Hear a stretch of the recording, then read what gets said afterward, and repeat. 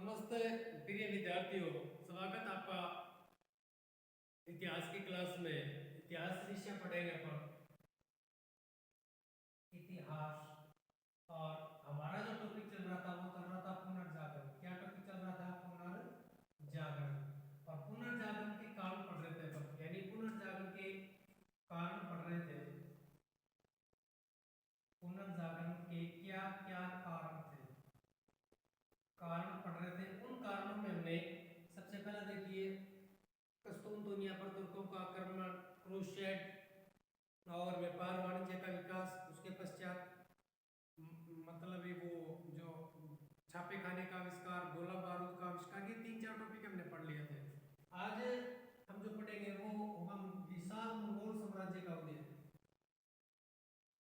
विशाल Mongol साम्राज्य का उदय, यानी पुनर्जागरण के कारण पढ़ रहे थे। पुनर्जागरण हुआ ही क्यों? ये आपसे प्रश्न पूछा जाएगा, पुनर्जागरण के क्या कारण थे। तो पुनर्जागरण के अगर अपन कारणों का पता करते हैं ना, तो सबसे पहला कारण था क्रूसेड। क्रूसेड क्या था? भी जेरूसलेम के लिए ईसाइयों एंड जो ओटोमन साम्राज्य के तुर्क थे उनके मध्य लगभग 3 शताब्दियों तक एक युद्ध चलता है, जिसे दुनिया के इतिहास में क्या नाम दिया गया? क्रूसेड नाम दिया गया, जिसे बोलते हैं धार्मिक युद्ध, यानी धर्म के लिए जो चीज लड़ी गई। और इसमें अंततः विजय मुसलमानों को मिली, तुर्कों को मिली। तो एक तो पुनर्जागरण का ये कारण था, क्योंकि जो अब आपको पता है कि अगर इस क्षेत्र में युद्ध होता है तो वहां पर जनता पलायन भी करती है, इधर से उधर पलायन करती है। और पलायन जब करती है ना, तो एक तरह से जो लोग जहां पर जाते हैं,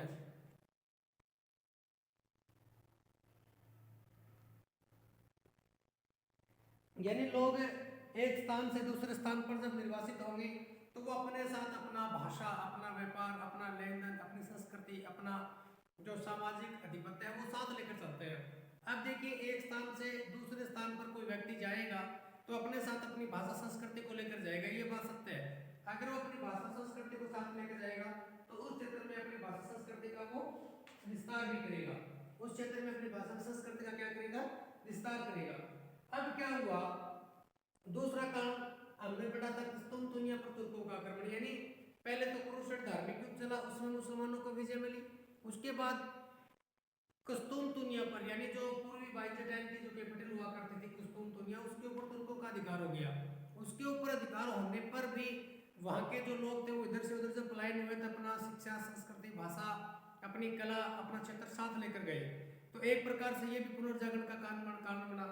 उसके बाद व्यापार और वाणिज्य का विकास, यानी व्यापार और वाणिज्य का विकास हुआ, जिसके कारण क्या हुआ? लोग एक स्थान से व्यापार के लिए आगे से आगे बढ़ते चले गए। आगे से आगे जब वो बढ़ते चले गए तो उनके अंदर क्या हुआ? उन्होंने उस क्षेत्र की वहाँ की भाषा को, वहाँ की संस्कृति को, वहाँ के रहन सहन को जाना। चौथा कारण था यानी छापे खाने का आविष्कार। यानी आपको पता होगा कि लियो मतलब जो गुटेनबर्ग था उसने प्रिंटिंग प्रेस की स्थापना करती थी।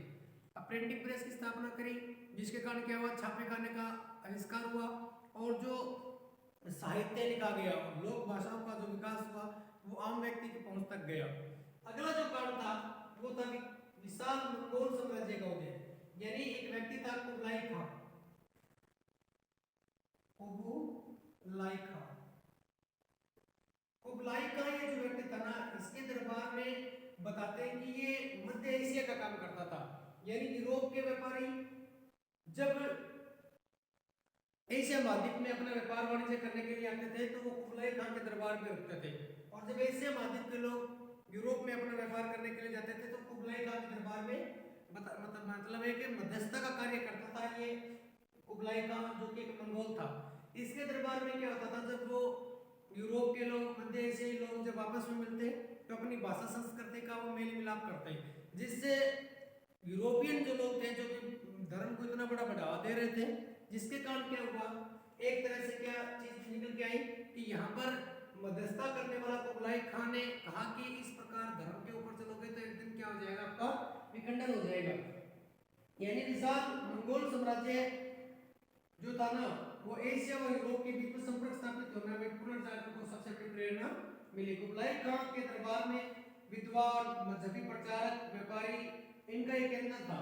मंगोल दरबार में पोप के दूत, यानी पोप के दूत यानी जो धर्मगुरु होता था पोप, उसके भारत के बौद्ध भिक्षु, अरब के व्यापारी ज्योतिषी एक साथ रहते थे, जिसका मुख्य जो काम था वो उनका आपस में, इनका विद्वानों का और आपस में क्या हुआ, मेल मिलाप हुआ।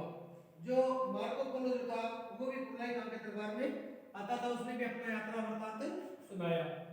यानी एक तरह से देखिए अपन निशान मंगोल साम्राज्य का क्या होता है, उदय हुआ। अब ये चीज समझने वाली है कि कुबलाई खान जो था ना, इसके दरबार में क्या थे भी, एक बात सुनो, अगर कोई व्यापारी इसके दरबार में जाएगा तो स्वाभाविक सी बात है ये व्यक्ति साधन संपन्न होगा। जब ये व्यक्ति साधन संपन्न थे तो इनके दरबार में देखिए अरब के व्यापारी, और अरब के व्यापारियों के साथ साथ इनके धार्मिक गुरु, उसके बाद भारत के बौद्ध भिक्षु, ठीक है, उसके बाद यूरोप या पोप के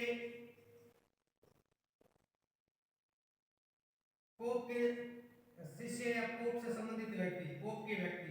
अब ये क्या करते हैं, धर्म का प्रचार करते हैं। आपको पता होगा कि बौद्ध भिक्षु जो स्वयं गौतम बुद्ध थे, वो क्या करते थे, राजाओं के दरबार में जाते थे। यानी आपको पता होगा पहले क्या, जैसे गौतम बुद्ध थे वो क्या करते थे, अपने धर्म का प्रचार प्रसार करने के लिए राजाओं का सहारा लेते थे। राजाओं को बोलते थे कि इस धर्म को आप अनिवार्य कर दो, ये कर दो, जैसे अशोक ने बौद्ध धर्म को अनिवार्य कर दिया था ना, उसी प्रकार से। तो ये क्या था, एक प्रकार से भी कुबलाई का जो था ये मध्यस्थता का कार्य करता था। इसके दरबार में अनेक जो व्यापारी होते थे और धार्मिक गुरुओं के जो शिष्य होते थे, उनके जो व्यक्ति काम करने वाले होते थे, वो दरबार में एक साथ रहते थे, जिसके कारण क्या हुआ, इनका आपस में मेल मिलाप हुआ। और ये लोग जब भी जाते हैं अपने क्षेत्र में तो उन लोगों की समृद्ध संस्कृति को साथ लेकर जाते हैं, जिसके कारण क्या हुआ कि धीरे धीरे ये पुनर्जागरण का एक कारण बना। तो पांचवा कारण कौन सा था, विशाल मंगोल साम्राज्य का उदय। ठीक है, अगला छठा कारण पढ़ेंगे अपन। छठा जो कारण होगा वो होगा मानवतावाद का विकास, यानी मानवतावाद का विकास। छठा, चार कारण, पांच कारण हमने पढ़ लिए। पहला कारण था क्रूसेड, दूसरा था कुस्तुनतुनिया पर तुर्कों का आक्रमण, चौथा था व्यापार वाणिज्य का, तीसरा था व्यापार वाणिज्य का विकास, चौथा था छापे खाने का आविष्कार, पांचवा था मंगोल साम्राज्य का उदय, और छठा जो कारण है वो है मानवतावाद का विकास।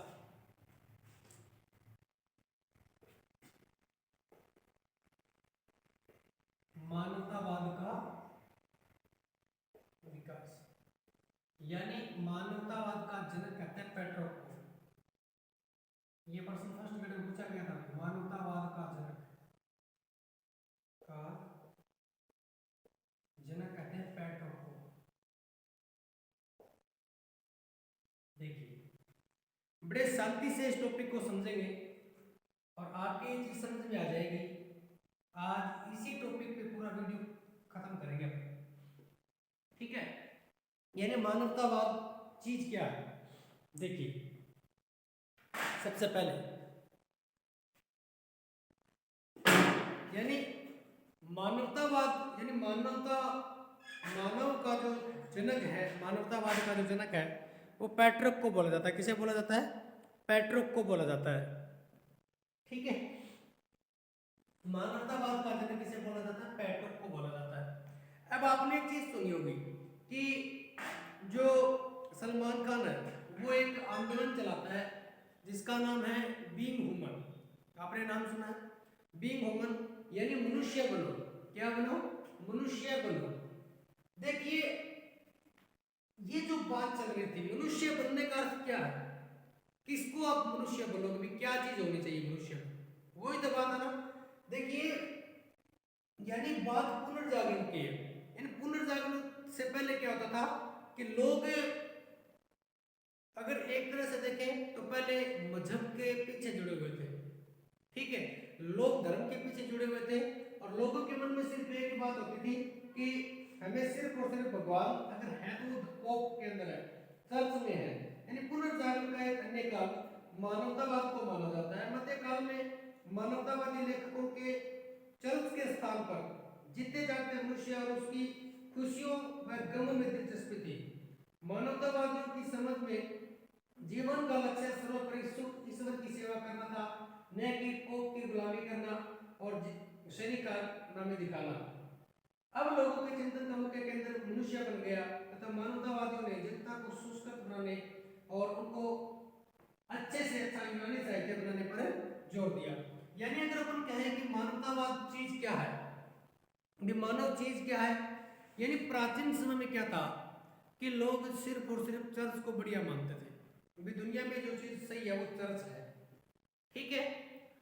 और अब जो समय आया इस समय, क्योंकि लोगों ने देखो क्रूसेड देख लिया, धार्मिक युद्ध देखा, कस्तूनतुनिया पर जब तुर्कों का आक्रमण हुआ वो चीज ईसाई धर्म के लोगों ने देखी, तो उन्होंने कहा कि अगर ये चीज इतनी सत्य होती तो शायद जेरूसलम अपने हाथ से नहीं जाता।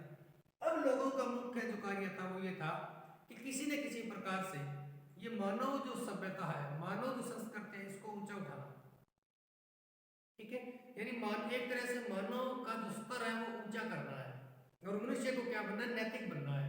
अगर मनुष्य नैतिक बन जाएगा तो फिर ये चीजें सारी बढ़िया हो जाएगी। यानी वही अशोक वाली बात, यानी मनुष्य बीइंग हो, मतलब कहते हैं ना मनुष्य बनो। देखिए मैं आपके सामने एक एग्जांपल देता हूँ, वो आपको सब क्लियर कर देगा कि एक मनुष्य होने के नाते आपको क्या करना चाहिए।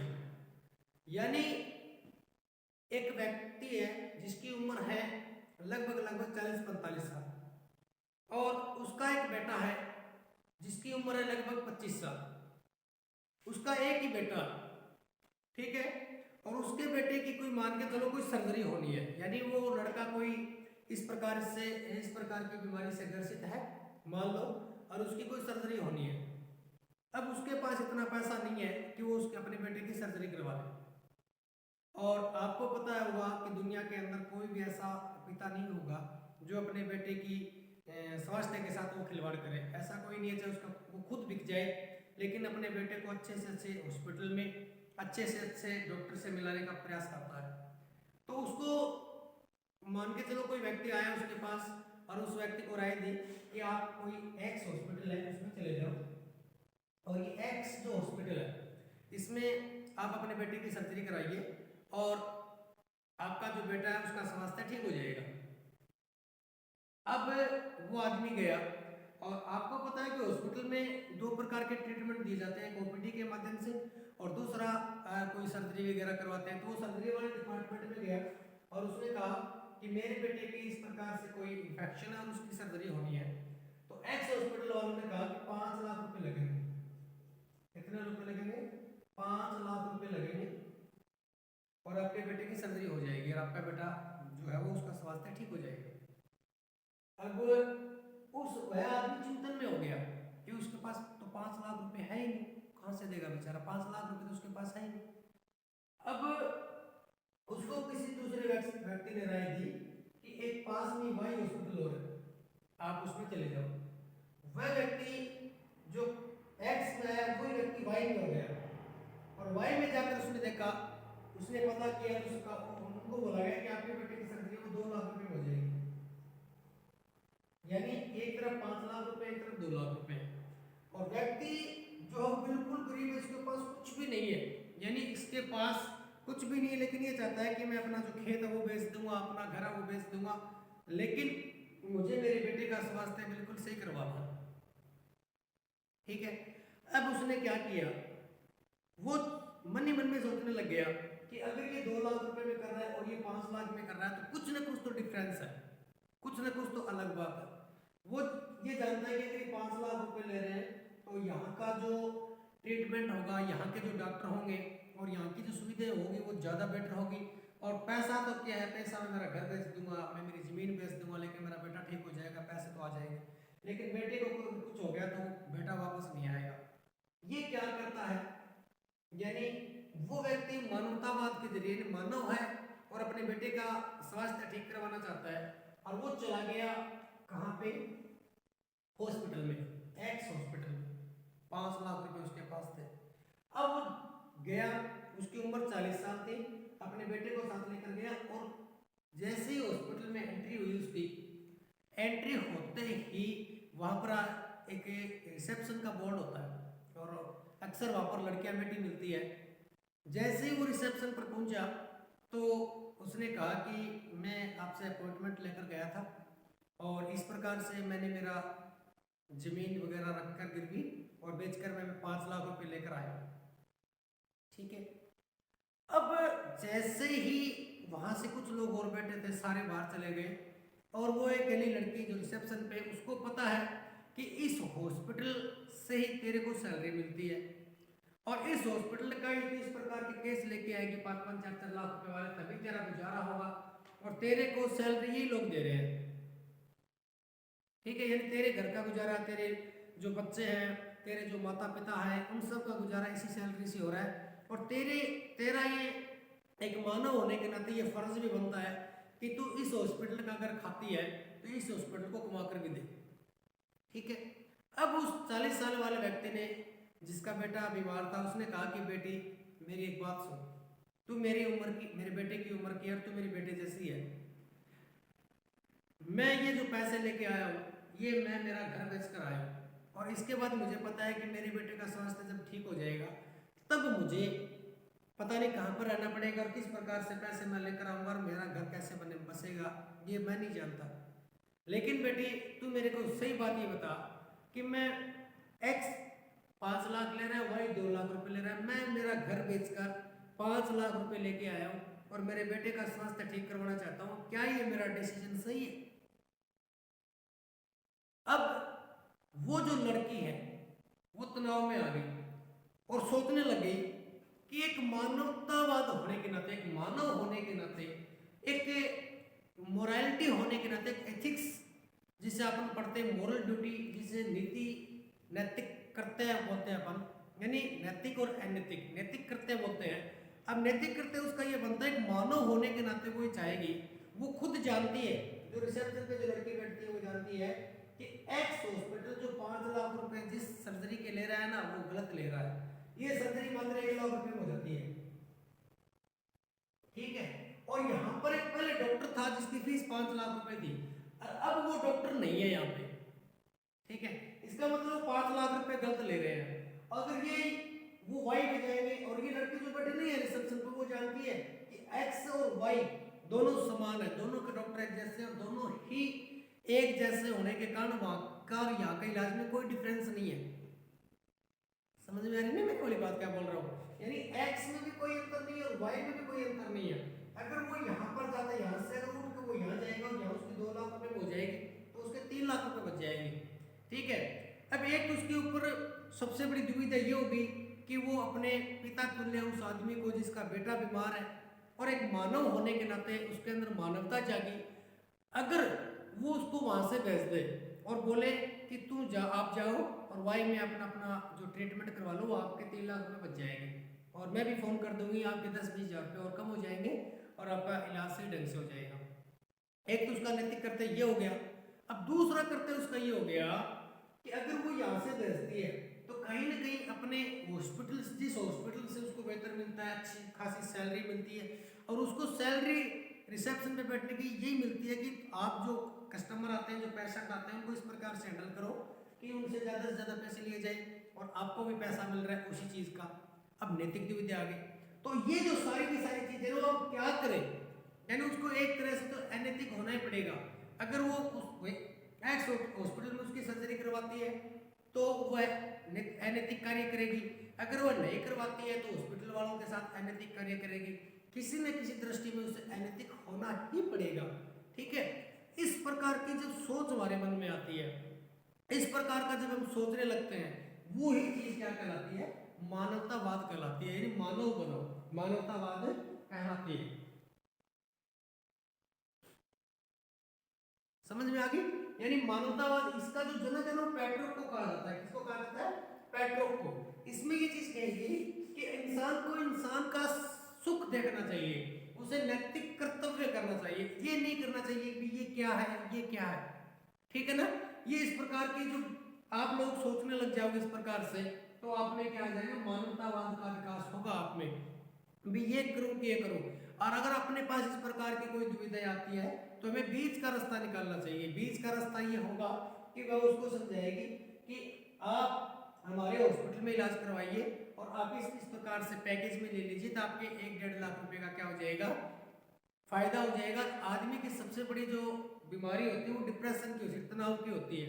यानी अपन कहते हैं ना, कई बार अपन कोई चीज जैसे मार्केट खरीदने गए, ये मार्केट 10 रुपए का है बाहर, अगर अपन फुटपाथ की दुकान से लेंगे ना, बाहर फुटपाथ पे जो रेडी होती है उनसे लेंगे तो 10 रुपए का है, और यही अगर मार्केट अपन शोरूम से लेंगे तो 40 रुपए का हो जाएगा। जब अपन 40 रुपए लगाएंगे ना, तब हमारे मन में ये साइकोलॉजी इफेक्ट हो जाएगा कि सबसे अच्छा है, बहुत बढ़िया है।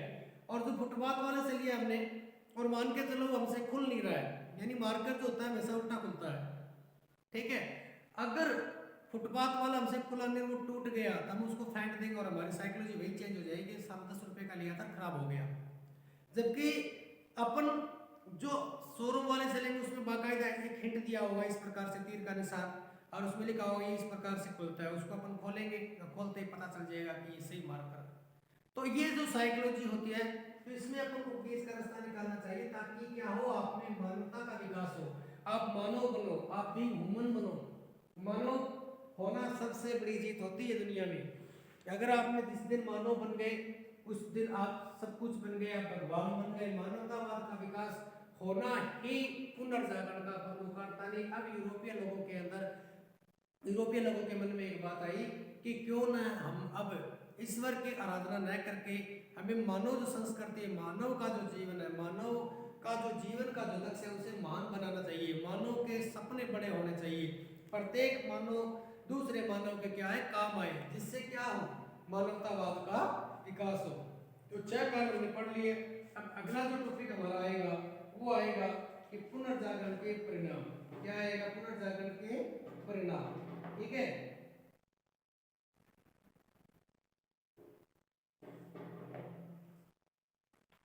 सबसे पहले देखिए आज अपन पढ़ेंगे ये 6 कारण हमने पढ़ लिए, पुनर्जागरण के परिणाम पढ़ेंगे अपन। पुनर्जागरण के परिणाम, ये 6 कारण के 6 में पढ़ रहे हैं। कारण तो और बहुत सारे हैं, लेकिन आगे जो कारण है वो आपके एमए में लगेंगे।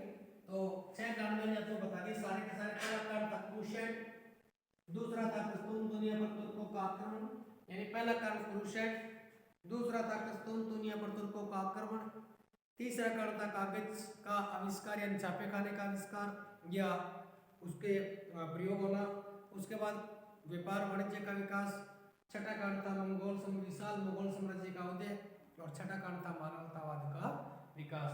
तो अगला जो टॉपिक हमारा है वो है पुनर्जागरण के परिणाम।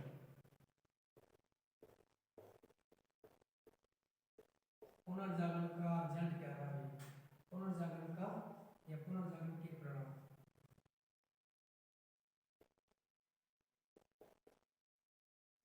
ठीक है, सबसे पहला नंबर 1 देखें, कारण नंबर 1 देखते हैं सबसे पहले। तो अभिव्यक्ति की भावना का विकास, अभिव्यक्ति की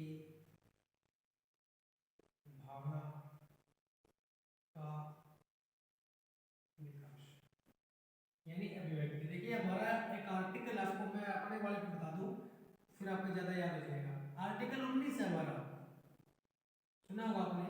आर्टिकल 19 में एक सेम चीज है, यानी अभिव्यक्ति की स्वतंत्रता, बोलने की स्वतंत्रता।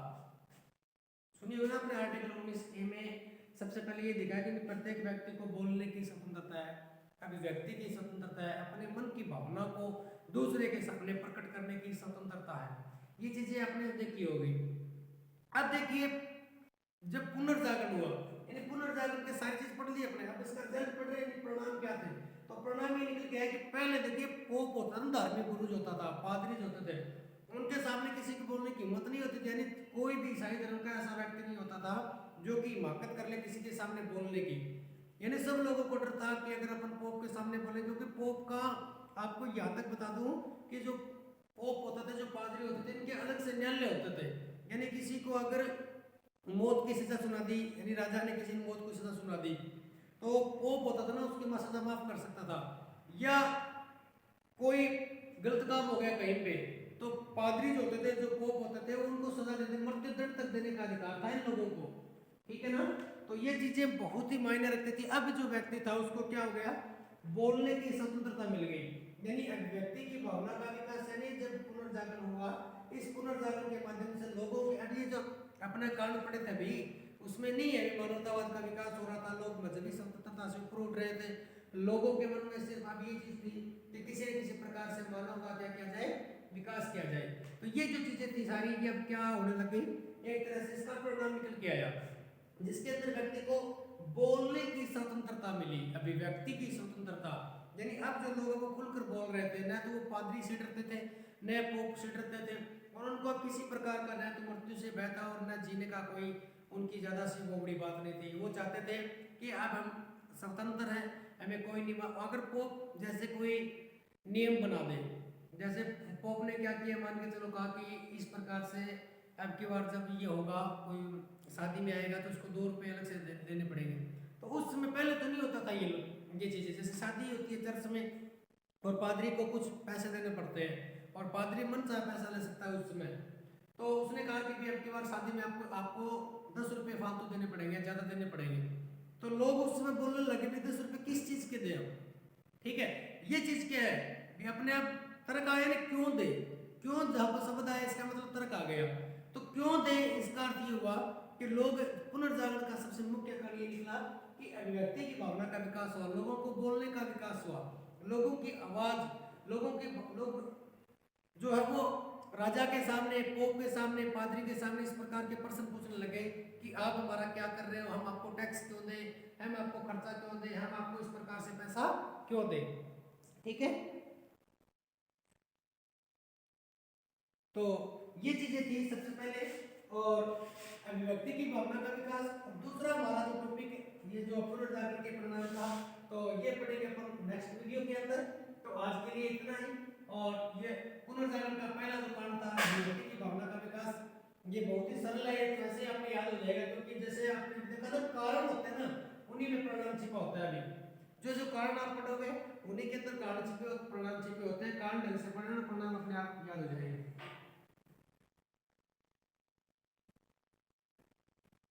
तो ये चीजें आपको याद रखनी है भाई।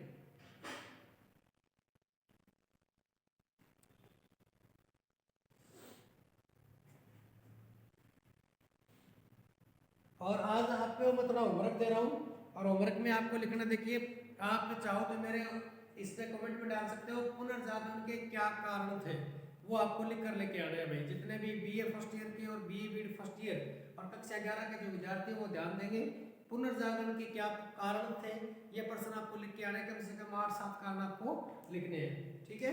धन्यवाद।